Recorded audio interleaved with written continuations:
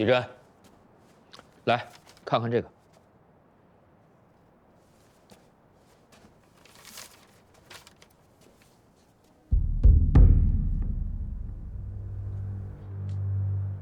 你怎么解释？说说吧。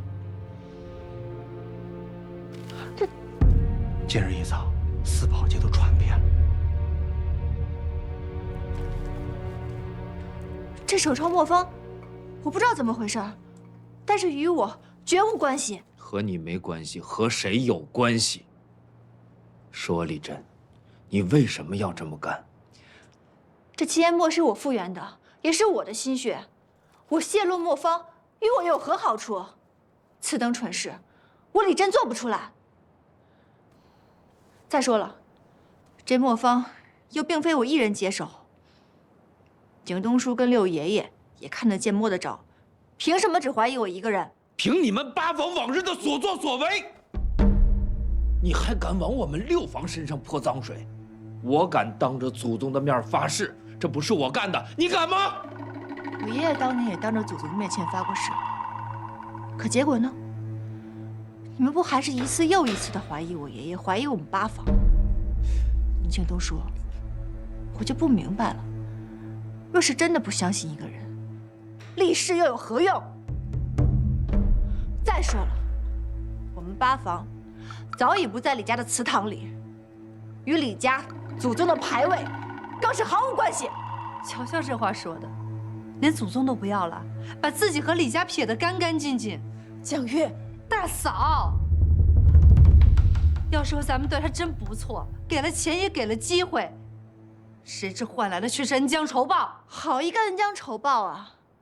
四叔母给我扣下这般大的罪名，我想请问四叔母，你有何凭证，证明这墨方是我泄露的？还需要什么凭证吗？就凭你来之前，咱们家从未有过墨方泄露的先例。你说说，为何单单你来了，墨方就生出了这么些事端？不是你，还能是谁啊？娘，大嫂，我早就看出这丫头心怀不轨，咱们可千万不能引狼入室啊！行了，是让她都把嘴闭上。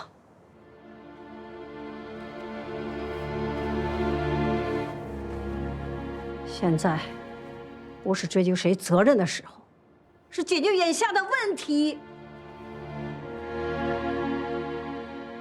景东，你速速联系订货墨商，告知他们我们李家会给予相应的补偿。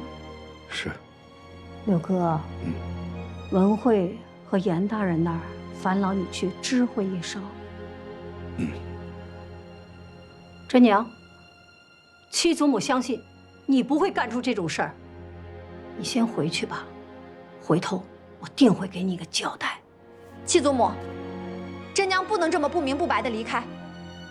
既然大家都在，那我就把话都说清楚。第一，七烟古墨的差事是我李真堂堂正正拿钱干活，与李家两不相欠。第二，这墨方不是我泄露的，我也绝对不允许任何人肆意的污蔑我。这件事情，我一定会调查清楚，将背后使坏之人揪出来。你们等着看吧。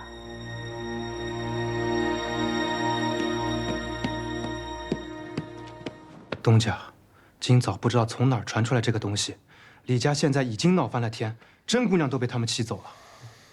来势汹汹啊！得有人在背后布局。这事关我们在李墨的收益，不能放任不管呀，东家。小七，你仔细盯着，随时来报。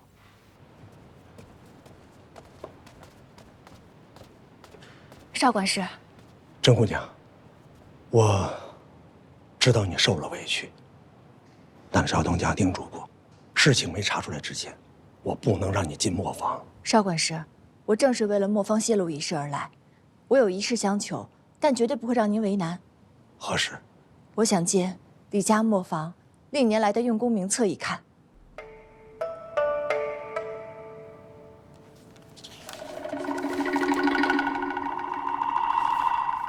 邵管事来李墨这么多年，果真将这磨坊用功名册整理的是井井有条。这每一个进入李墨的工人，进出各是什么时候，都记得清清楚楚。郑姑娘，这名册只是磨坊的用工登记，能看出什么门道呀？少管事，您看看磨坊上的字。抄写此磨坊的人写字有一特征，写横的时候总是喜欢往上飘，而写竖的时候却不向上回笔。而这用工名册上每一个磨工的名字，皆是由他们自己所写，因此，我想通过字迹查到此人。郑姑娘聪慧啊。那你如何肯定抄写这磨坊的人在李磨上过工呢？泄露磨坊的人，必定跟李家磨坊有关。真娘没有十足的把握，但为了洗清我的冤屈，真娘只能尽力一试。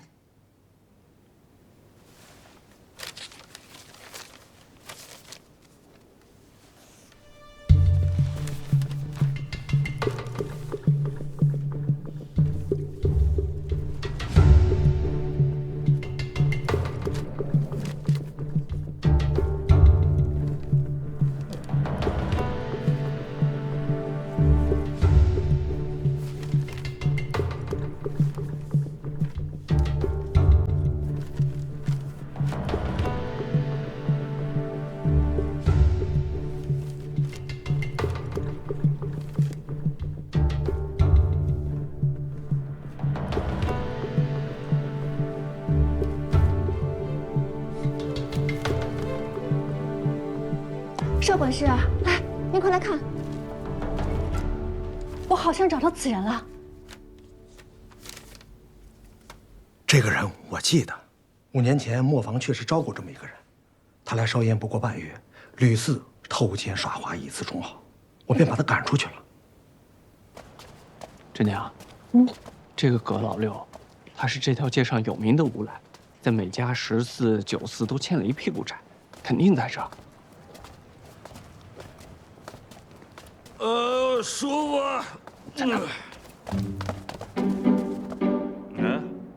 伙计，上酒。不给钱就没酒。什么钱啊？他妈是我气死你我！你记住了，一会儿到人少的地方再动手，先打晕他，再捆绑他，不要跟他硬来。真娘，你别出面，回老磨坊，等我把人给你带来。快快快，哥俩都走了啊！快点快点，小心点啊！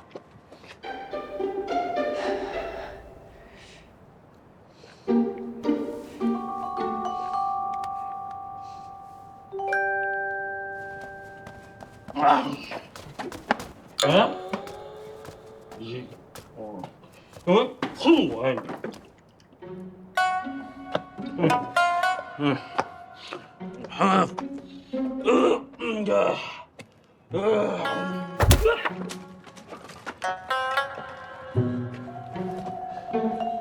怎么个事啊，兄弟？你少废话！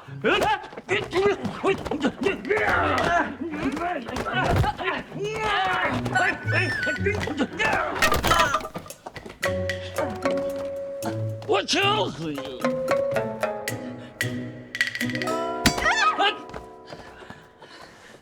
别过来！别过来！刀剑无影！刀剑无影！刀剑无影！刀剑无影！哥，刀剑无影！真娘打他！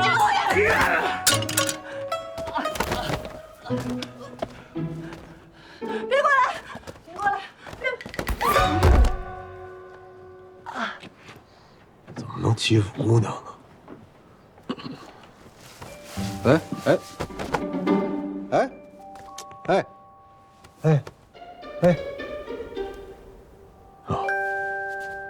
有劲儿，下手下重了。你还好吧？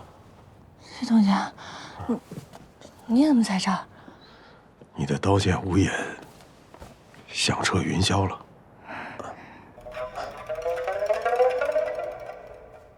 哥，你怎么样？还是不是打你肚子了？没事没事，一点点。没破吧？没有没有。郑姑娘，这你的？哦，我的。你还是适合制墨，这刀嘛，你先收好。这样吧，他泄露了磨坊，我也算是股东，接下来这个人就交给我处理吧。等一下，戚东家，我知道是你的好意，不过就是因为这个人，让我在李家白受冤屈，所以，我必须要亲自审他。那也行，但至少我得帮你把他扛回去吧。哦，那多谢了。多谢。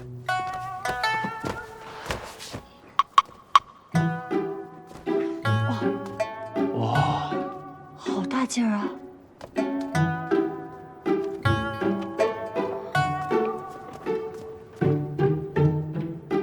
肖兄弟，你这把刀可否借我用一下？哦，这是我们东家的刀，甄姑娘，您随便用。那多谢了。多谢。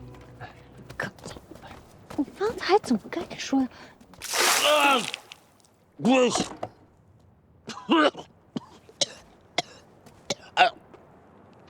哎，葛老六，哎，酒醒了啊！睁开你的眼睛，好好看看。知道我是谁吗？你是复原期间摸的丫头？没错，正是在下。我以前在李家磨坊从来没有见过你。哎，东家，这审问不是咱俩的老本行吗？他俩还真上了。难得有这样的机会，让他们先耍耍。我告诉你，那我再看看去。你别给我拿那个当家人那一套的架。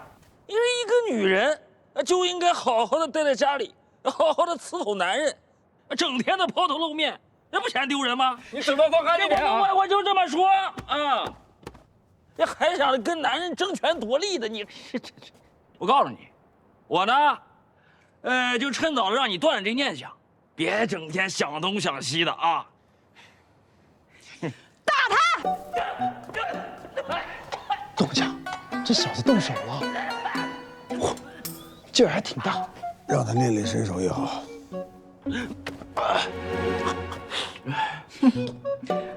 葛老六，你以为你说这些话会激怒我吗？我一点都不生气。你说完这些，反而让我心里更加清楚了几分。看来我跟李家的事情，你那个内应没少在你耳边嚼舌根啊。你们越骂我，就说明我优秀，你们根本就比不上我。识趣点，就赶紧把你在李家的内应给我供出来。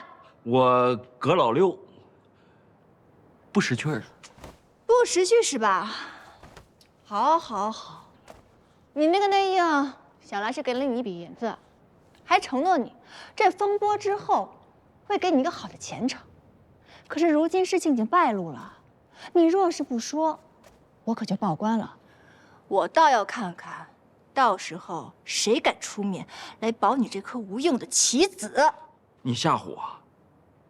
你无凭无据，那磨坊，那就是我在街上捡的，那官府能奈我何啊？再说过了一阵风，我就安然无恙的，我就出来了，我安然无恙啊！看来你那个内应只跟你说了一半的真话，这七烟古墓的关窍你是全然没有搞清楚。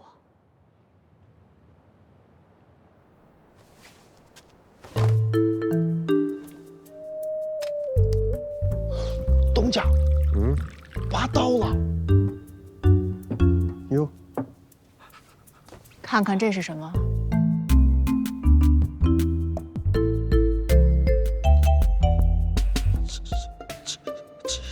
没错，就是七帅。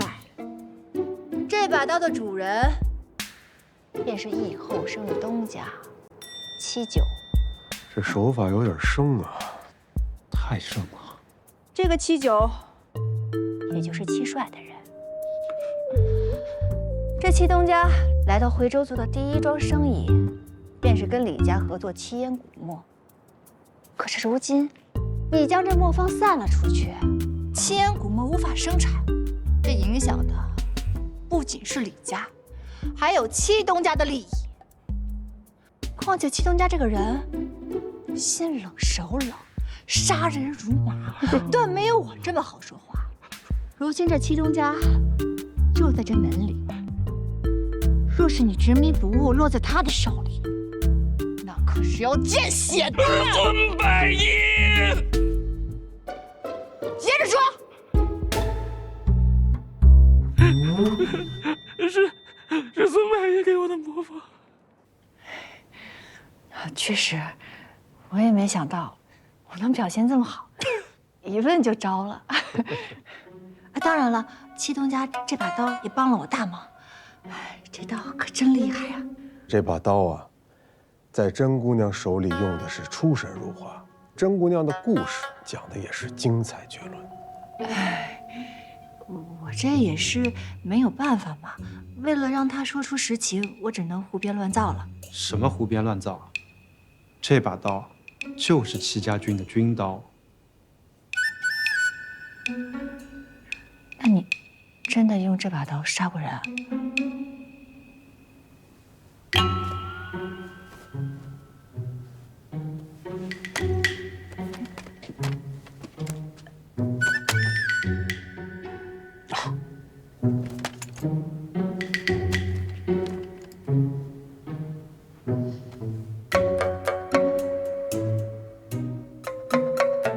他逗你呢。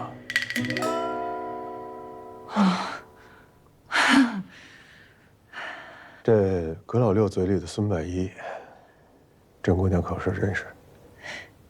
何止认识，是我的死对头，一直跟我作对。这个孙百一是我大伯娘的族弟，想必也是忌惮我在李家待久了，影响他们孙家攀着正要往上爬。这个葛老六我先帮你拘着，那后面甄姑娘有什么打算？还能怎么样？自然是堂堂正正的去证明我的清白喽。有需要帮忙的话，尽快找我们两个。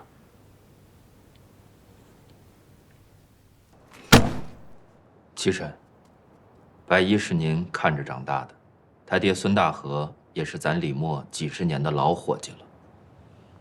反正我是不相信这事是他干的。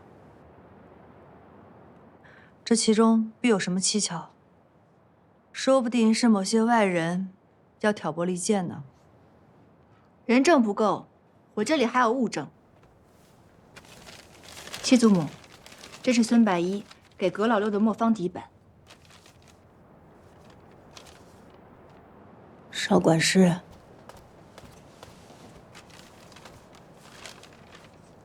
这就是孙百一的字迹。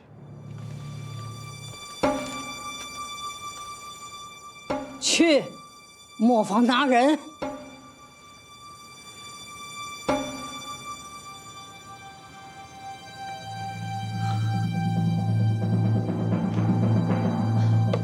大嫂，江云，说到底，这孙百一是您的族弟呀，素来对佑哥也很是亲厚。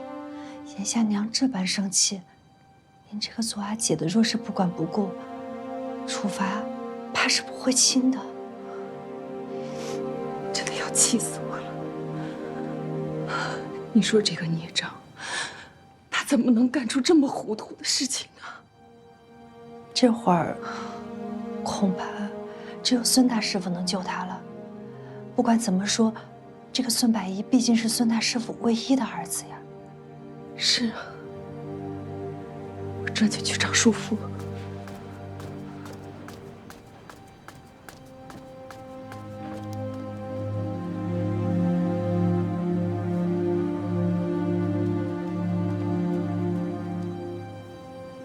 你去把孙大师傅的那些徒弟全都给我叫过来。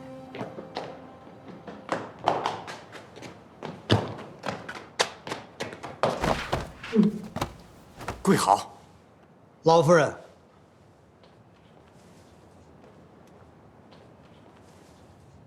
这是我们在孙百一身上搜出的库房仿制钥匙，人证物证皆无差错了。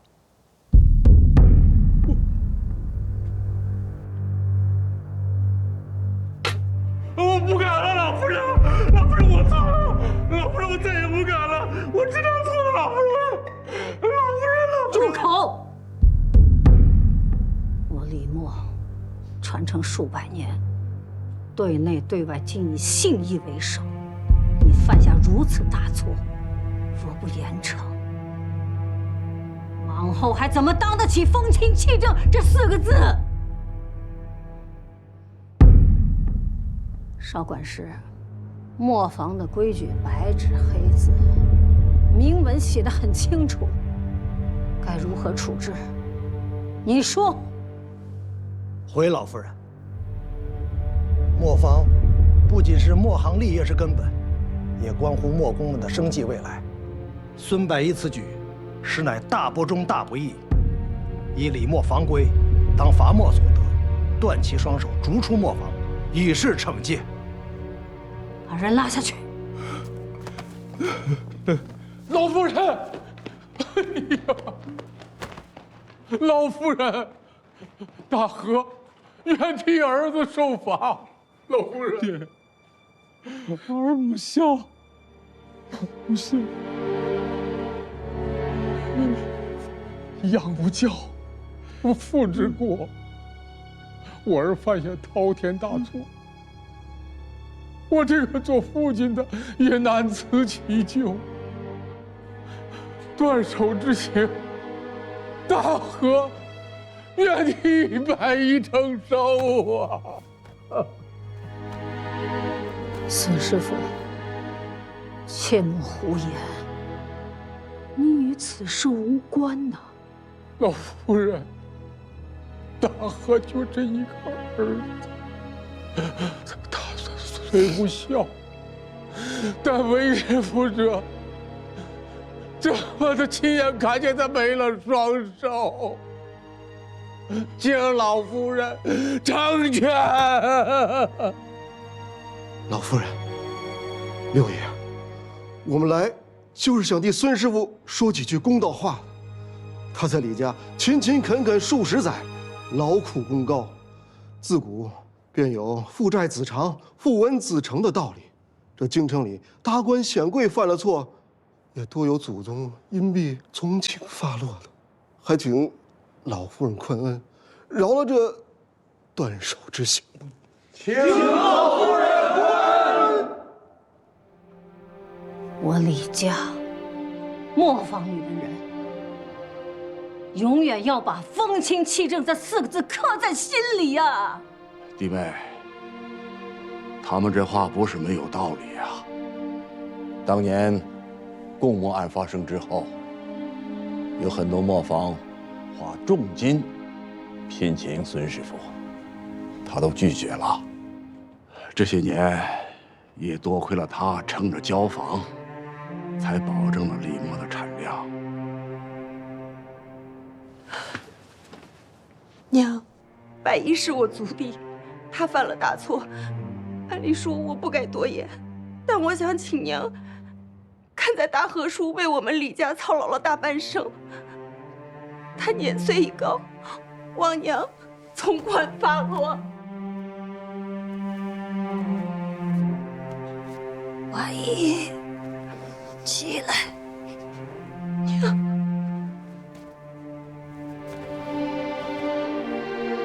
真娘，此事累及你最深，你觉得当如何判罚？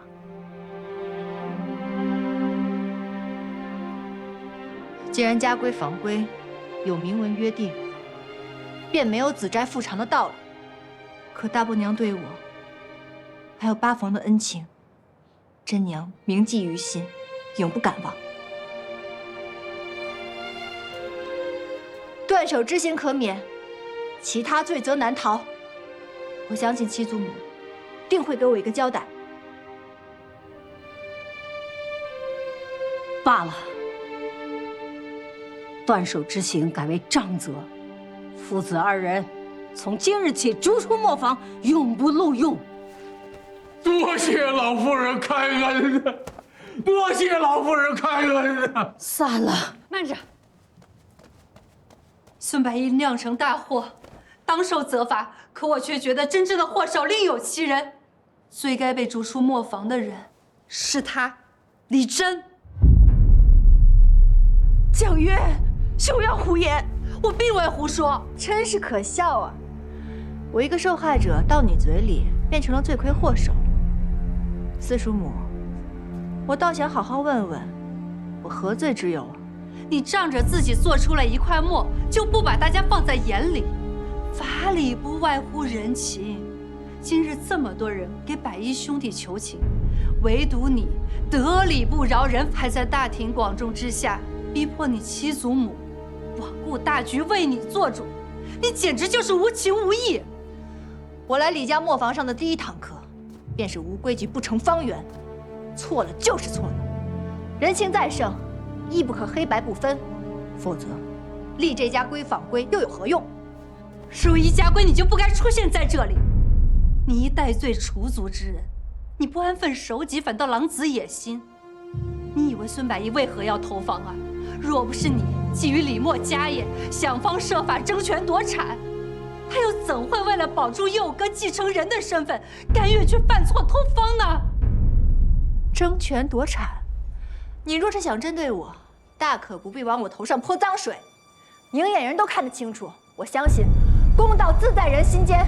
你若不想争权夺产，为何在掷出七烟古墨后，还要死皮赖脸地留在李家磨坊？难道你不是想要找机会接管李默，入主李家吗？钱江月，你少在这里挑拨离间！我从始至终都没有过这样的想法。眼下你尚未站稳脚跟，自然不会展露野心。可是1年、2年、3年后呢？大嫂，这李真赖着不走，你嘴上不说，心里肯定不痛快吧？你要睁眼看清楚了，千万别被这歹人给算计了。田江月，你不要再胡说了，我对真娘毫无此意。大嫂，你既不愿意说，那就由我来替你和佑哥做这个恶人吧。大家信不信？若今日他李真不走，往后争了权夺了产，被赶走的就是大嫂、佑哥和我们。田江月，你少在这里胡说八道了！大伯娘、真娘，佑儿，你怎么可以打姐姐？她不是我姐姐，娘，这是我家，谁也别想赶走我们。混账！你怎么这么说话？谁教你的？跟我回去，把她送回去。娘，为了李家的和睦，为了李梦的传承，李真断断不可留在我们李家磨坊。他从哪儿来的，你就让他回哪儿去吧。老夫人，请您将李真赶出李家磨坊。对，赶出去！不能胡闹！都住口！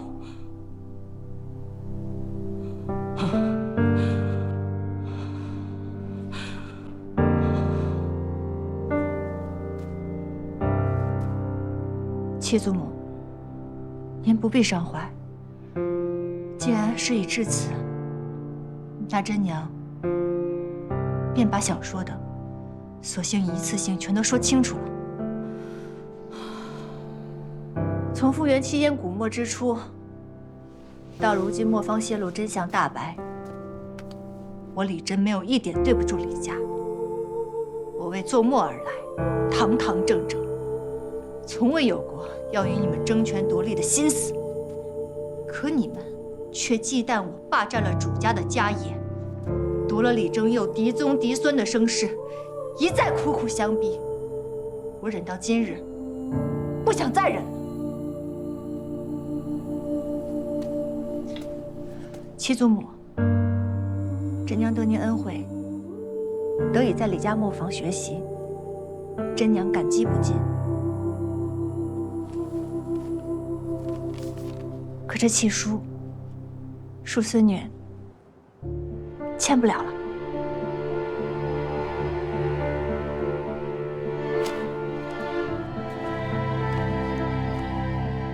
七祖母，您多保重。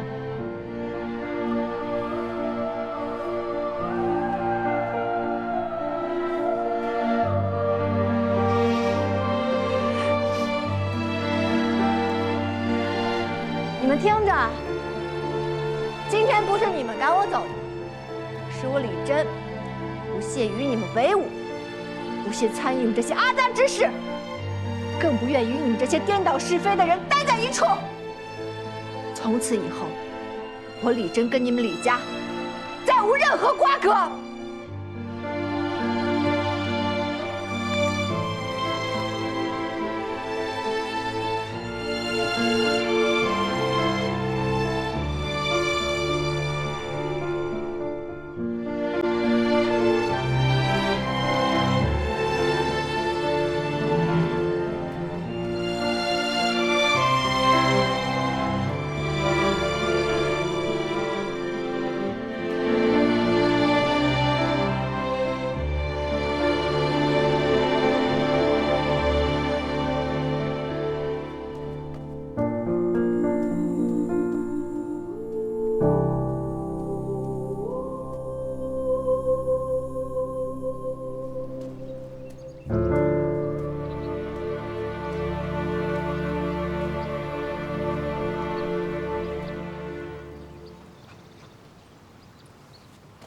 我回来啦，真娘回来啦！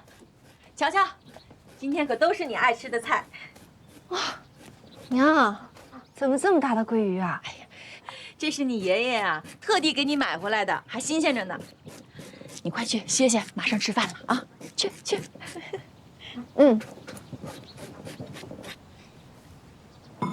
今天这什么日子啊？怎么做了这么多菜？爷爷说你忙了这几个月，眼看着都瘦了，不光是买了鱼，还让我们张罗了这顿饭，给你补补身子。嗯。谢谢爷爷。真娘，你多吃这个鱼，爷爷特地给你买的。来，多吃点。多吃点。莫芳的事情，大家都知道了。街头巷尾都传开了，想不知道都难。这李家人呢，真不是东西。娘，你放心吧，今日在李家，我一个个骂回去了，一点亏都没吃。骂得对。娘之前就跟你说，你回家，娘热饭热菜做好等着你。但是在外面，无论如何都要保护好自己，绝不能让别人欺负到咱头上。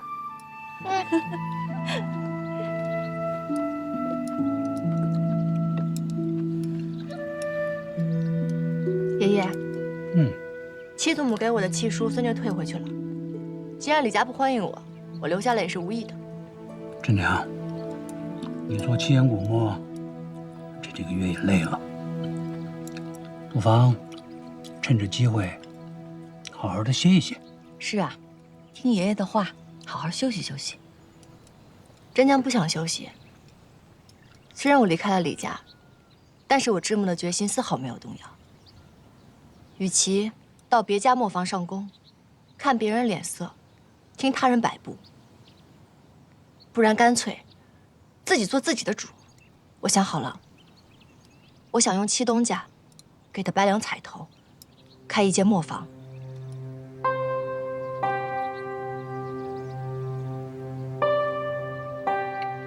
开什么磨坊？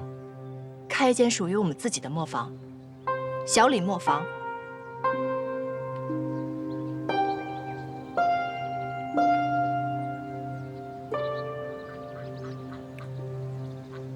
真娘，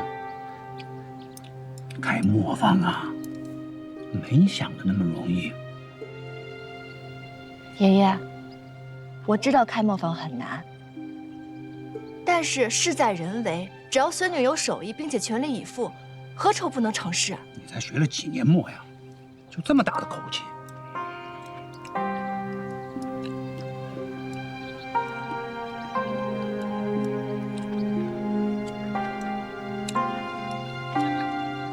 爷爷，您是觉得真娘没有能力开这个磨坊，还是打您的心里不愿让真娘开这个磨坊？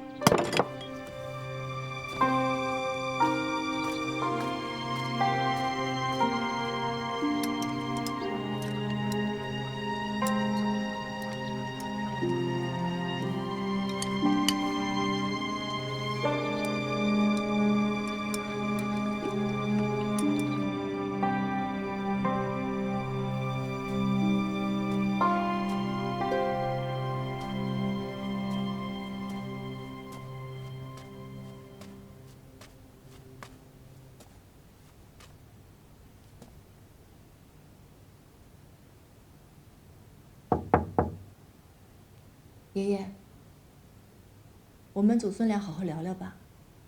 您把门打开。没关系，您不开门，真娘就站在门口说。其实您心里一直心心念念的还是那个朱家，您还是想让我回去，对吧？我知道，您一直想让我回归李墨正统。可我回主家的这几个月当中，我看到的是人心涣散，各怀鬼胎。一家人本应齐心的做事，可是现在只剩下算计忌惮。我不愿与这样的李墨为伍。这么多年来，除了七祖母，还有大伯娘是一心向我的，其他人还是当年的那个样子。只要我留在那里一天，像这种用磨坊陷害我、伤害我的事情，便会再次发生。他们从来没有把我当成家人，我又为何把他们当成家人？这样的李墨不值得留恋。爷爷，我现在只想把我的小李磨坊做好，从此以后，我们一家人整整齐齐、踏踏实实过好我们的小日子就够了。我知道，您现在可能还不能理解，但无论如何，您接受也好，不原谅也罢，这个小李磨坊，我开定了。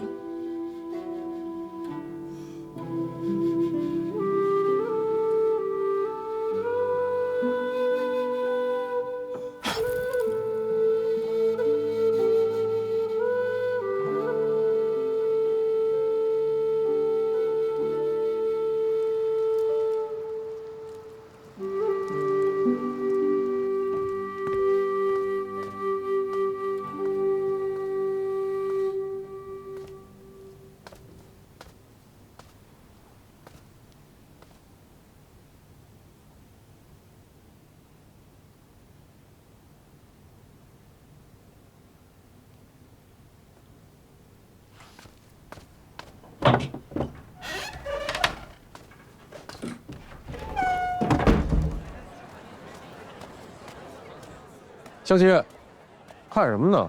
宗家，我刚看见甄姑娘从那儿走过去了，好像是在打听店铺租赁的事儿。难不成这是要自己做生意啊？这甄姑娘，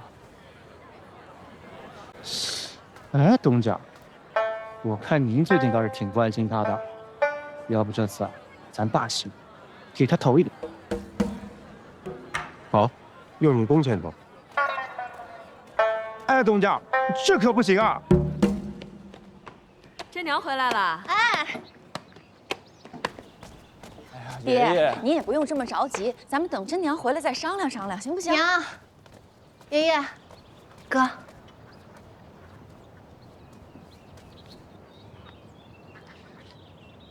娘，哎，我已经租好小李磨坊的铺子了。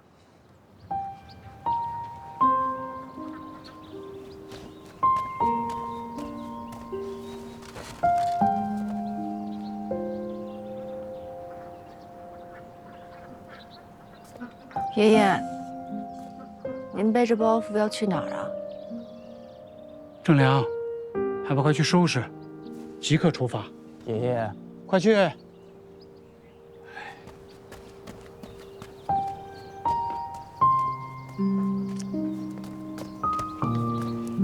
前几日你婺源的舅舅不是说要带你大哥去做砚台生意吗？你爷爷听说你哥想去，立马就收拾行李，说要同你大哥一起去。我跟你哥和嫂子劝了一上午了，说什么也不松口。你快赶紧劝两句啊！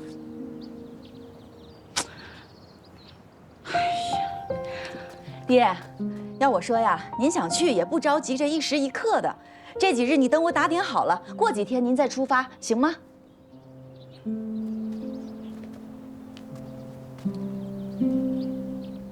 爷爷，正良，快点儿！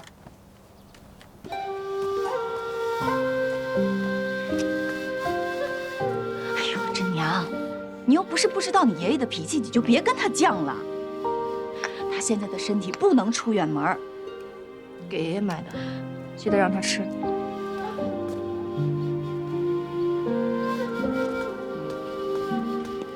娘，我们走了。哎，正良，拿着，真娘给爷爷的。哦，好。路上慢点啊。